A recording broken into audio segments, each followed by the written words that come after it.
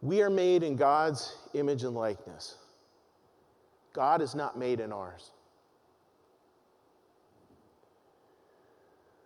That idea of the will of God, that presupposition he talks to, it comes down to this very humble place of God, what would you have me do here? God, what would you have me do here?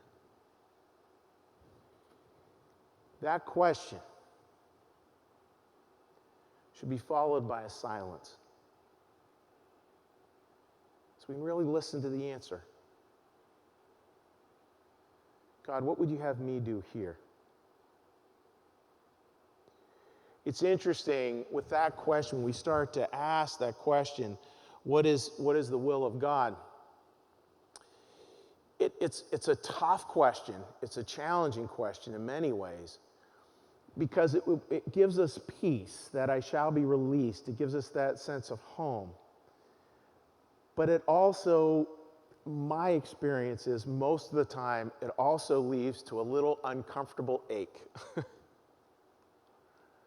A little uncomfortable, like, oh, yeah, I get it. A movement a little bit beyond just our immediate life. Like when I ask that question, immediately what comes to mind are the people in my life I feel like, I just haven't connected with in the way that I should reach out to. I don't know what it is for you, but I think it's such an incredibly important question.